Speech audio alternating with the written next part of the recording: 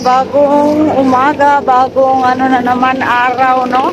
Magandang araw po sa lahat, guys. Ayan, naglalakad na naman po tayo. Papunta na naman po tayo sa ating destinasyon ngayon.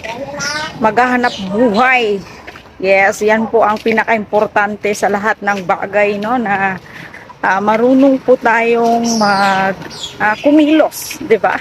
So, para makuha natin ang ating mga gusto sa bawat pangangailangan sa ating pamilya. Ayan, kasama ko ang aking anaking. So, ayan, inihatid lang kami ng aking asawa ngayon, guys. So, nag-aabang kami ngayon ng masasakyan. Sana makasakay kami agad. Ano na bang oras ngayon?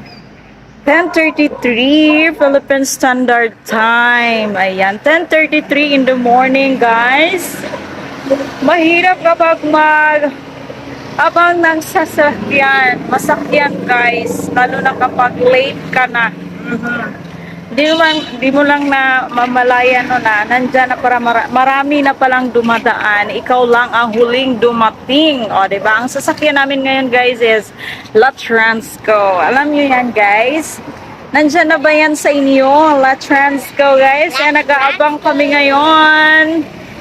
So, sana makasakay kami ulit sa aming papuntahan ngayon, guys. Sana magandang panahon at mag-deliver kami.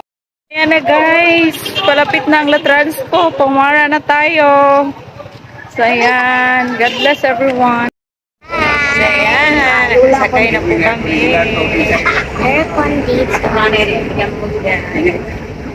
Aircon pala ang Lala-agree.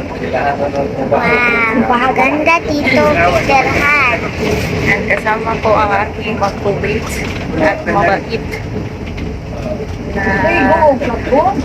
Baby Ramawan. Bye-bye. God bless.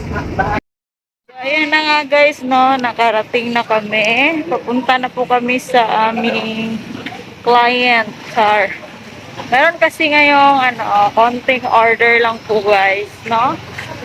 Barya-barya lang naman, guys. So inihatid lang namin saglit, and yan na nga, meron na kaming pananghalian, diba? So libre na pananghalian. So ayan, papasok na po kami doon sa unahan. Salamat po. Yan, sa pontong ito, nakasakay na din po kami pabalik. So pauwi na po kami sa oras na ito.